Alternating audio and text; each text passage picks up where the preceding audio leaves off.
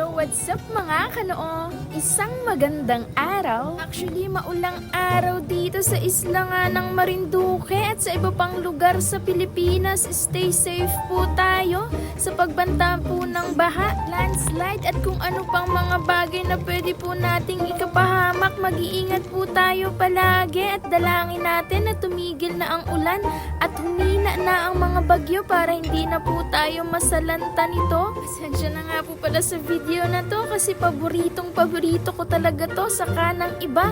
Ang napakasarap pag mainit lalo na kapag malamig na champurado na umaapaw ang gatas dahil ito po ay sakto sa maulang panahon lalo na pagpapartneran mo po ng tuyo. Ito nga po pala yung araw din na nagtesting ako magluto ng chicken buffalo wings na hindi masyadong maanghang kasi kami po ang titikim nito. Ayan, akin na munang minekos-mekos yan kasi ulam po namin yan ngayong gabi.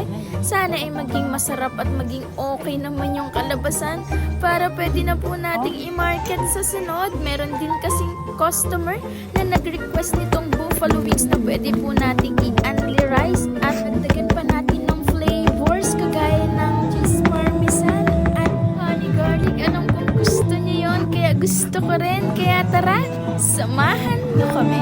Kaya ng pampalasa ang nilagay ko dyan bago ko ito buksan. Nagkukulong mantika kasi ang magiging lasa niya talaga ay yung coating.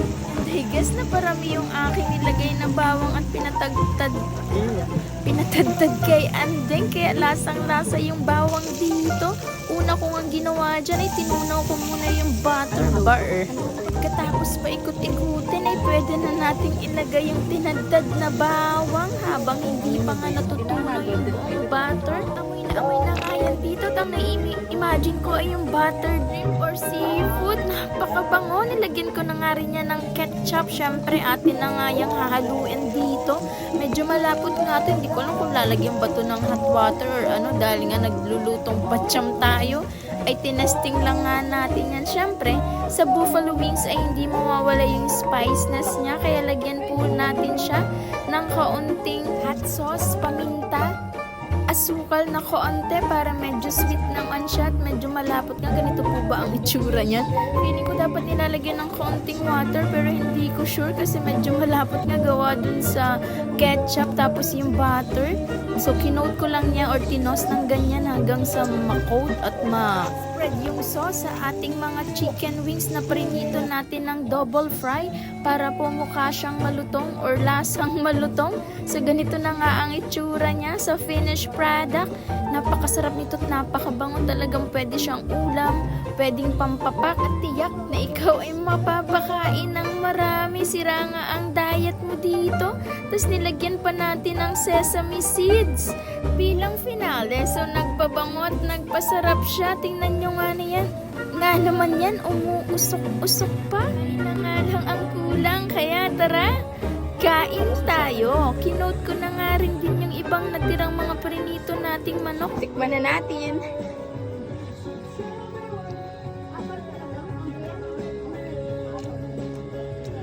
Ingat.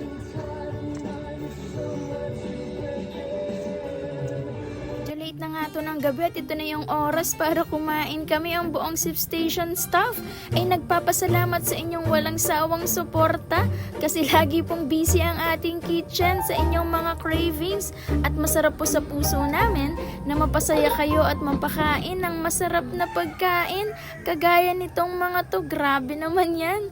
Maraming salamat sa panonood.